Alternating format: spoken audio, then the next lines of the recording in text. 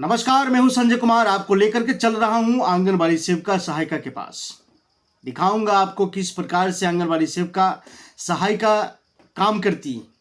कम वेतन में सरकार की पूरी गाइडलाइन के तहत चौबीसों घंटा आप कह सकते हैं कि आंगनबाड़ी सेविका और काम करती है। मैं आपको बताना चाहूंगा कि वही आंगनबाड़ी सेविका और सहायिका जो आपके बच्चे को पढ़ाती है, आपके बच्चों को कुपोषण से बचाती है, आपके बच्चे को समय समय पर टीका लगवाते हैं, समय समय पर माप ओजन करवा करके अधिकारियों को भेजते हैं और वो अधिकारी सरकार के पास भेजते हैं।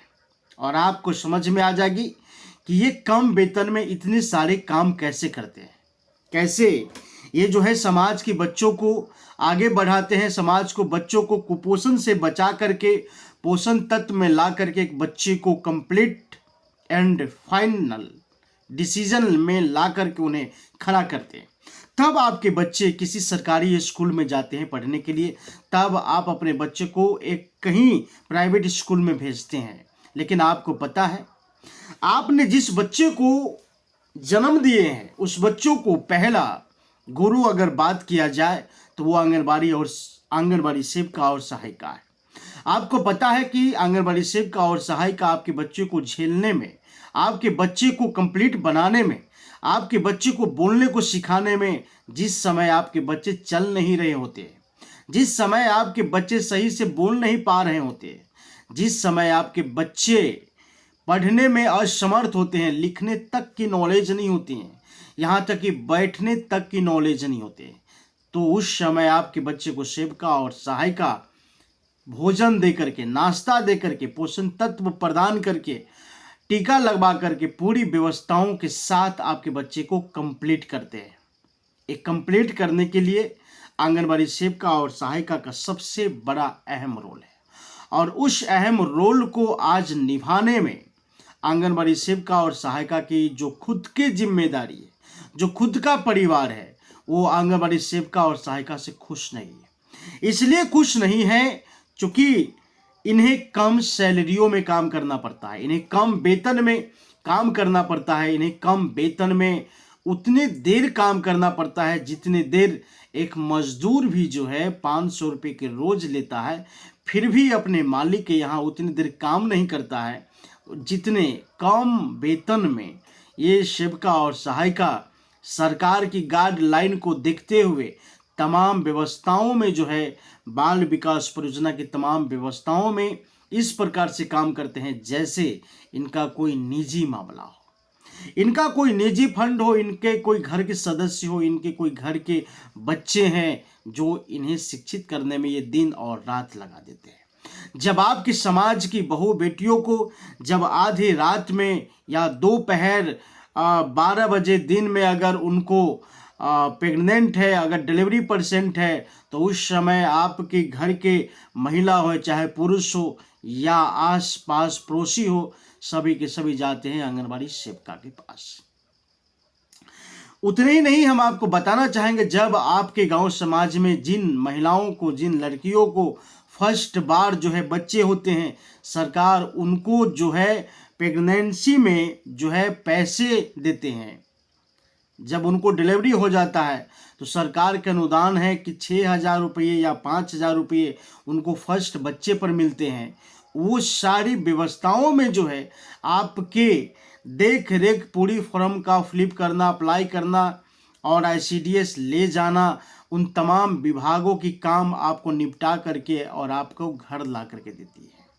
उतने ही नहीं, अगर हम बात करें आपके साथ, तो गर्भवती महिलाओं को जो है भी राशन देने की काम करता है, गर्भवती महिलाओं को जो है पूरा टीका लगवाने की काम करता है।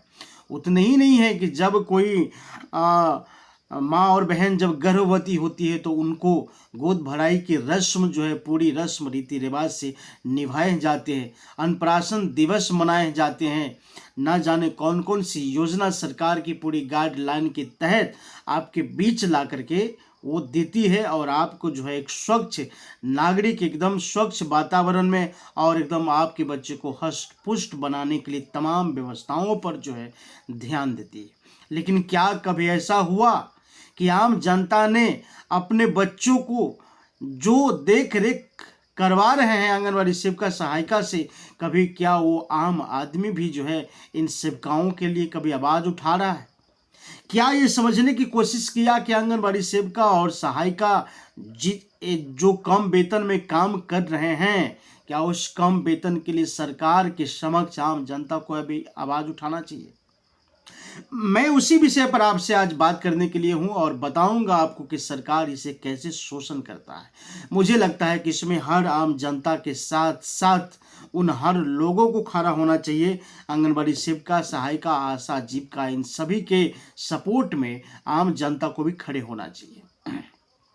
उतना ही नहीं, हम आपको बताना चाहेंगे कि कम वेतन में सैलरी, कम वेतन जो मिल रहा है, ये लोग लगातार धरना प्रदर्शन कर रहे हैं कि समाज को और भी बेहतर से बेहतर बनाने के लिए मुझे पूरा व्यवस्था दिया जाए। इनका भी जो है घर परिवार है और 5 से 6 हज़ार रुपये में, क्या आप जरा सोच करके देखिए कि 5 से 6 हज़ार रुपया में किन आंगनबाड़ी सेविका सहायिका की परिवार चल रहा हो? कौन सी आंगनबाड़ी सेविका सहायिका की बच्चे कोई अच्छी स्कूल में पढ़ रहा हो? कौन सी अच्छी व्यवस्था में ये लोग जी रहे हैं? इन लोगों को सवाल जो है सरकार से करना है। आम जनताओं को भी इनके सपोर्ट में खड़ा होना चाहिए। सरकार से मांग करना चाहिए कि आंगनबाड़ी सेविका, सहायिका, आशा, जीविका, इन सभी का जो है वेतन बढ़ोतरी करे, वेतन मानदेय करे, इनके सरकारी कर्मचारी घोषित करे, क्योंकि समाज की वो पिलर को ये लोग मजबूत कर रहे हैं जिससे आपके बच्चे की भविष्य उज्जवल होता है और आपके देश आगे बढ़ते हैं। उतने ही नहीं, हम आपको बताना चाहूँगा कि आंगनबाड़ी सेविका और सहायिका की वेतन जो कम समय में और कम दिए जाते हैं, इसलिए सरकार को चाहिए क्या कि बढ़ चढ़ करके लोकसभा चुनाव से पहले उनको वेतन भरपूर दिया जाए। हम लोगों ने जब ये मांग की है कि 25,000 रुपये एक सेविका सहायिका की वेतन मिलना चाहिए, तब जाकर के ये लोग जो है धरना प्रदर्शन कर रही हैं। साथ साथ सरकार को बताने की कोशिश कर रहा है कि अब इतने 5 से 6 हज़ार रुपये के वेतन में कोई भी आंगनबाड़ी सेविका सहायिका के परिवार सही से नहीं चल रहा है। इसीलिए केंद्र सरकार से गुजारिश है कि इन लोगों का जो वेतन है कम से कम 25,000 रुपये अवश्य जो है मानदेय करनी चाहिए, मानदेय घोषित करनी चाहिए और इन्हें सरकारी कर्मचारी बनाना चाहिए। क्या हो सकता है जब आपके आंगनबाड़ी सेविका और सहायिका की जब पूर्ण रूप से सरकार इस पर ध्यान दे। अगर मैं बताना चाहूँगा कि जिस हालात में ये लोग काम करते हैं, उस हालात के लायक इन लोगों का पेमेंट सरकार क्यों नहीं दे रहा है? सरकार कारण क्या है? क्या सरकार समय समय पर इन लोगों का वोट ले लेते हैं लेकिन इन लोगों का जो प्रॉब्लम है वो सॉल्व नहीं होता? कारण क्या है?